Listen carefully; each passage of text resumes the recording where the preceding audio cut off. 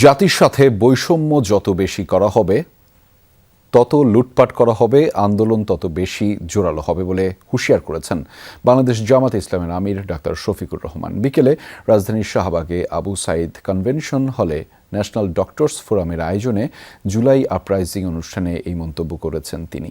প্রধান অতিথির বক্তব্যে তিনি বলেন, ফ্যাসিবাদী সরকারের সময়ে আমরা সবাই মজলুম ছিলাম, তাহলে মজলুম কেন জালিম হতে চাচ্ছে? জামাত আমিরের অভিযোগ করেন, প্রবাসে থাকার সময় বর্তমান প্রধানমন্ত্রী মেধাভিত্তিক সমাজ করার কথা বললেও মেধার মূল্যায়ন হচ্ছে না, উল্টো মেধাবীদের নাজেহাল করা হচ্ছে। সবগুলো সেক্টরকে এখন পলিটিসাইজ করা হচ্ছে উল্লেখ করে তিনি সরকারকে ভণ্ডামি বাদ দিতে বলেন জাতিকে ঐক্যবদ্ধ করতে হলে প্রতিটি নাগরিককে সম্মান দিতে হবে।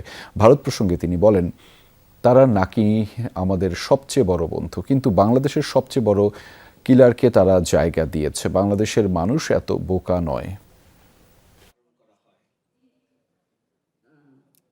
আমরা বসে বসে চুপ করে আঙ্গুল চুষব না। ইনশাআল্লাহ তাআলা আজিম আমাদের প্রতিবাদ সংসদে এবং সংসদের বাইরে শুরু হয়েছে। জাতির সাথে বৈষম্য যত বেশি করা হবে, লুটপাট যতটুকু করা হবে, অন্যায় অপরাধ করা হবে, আমাদের এই আন্দোলন তত বেশি সামনের দিকে আরও মোমেন্টাম নিয়ে এগিয়ে যাবে ইনশাআল্লাহ।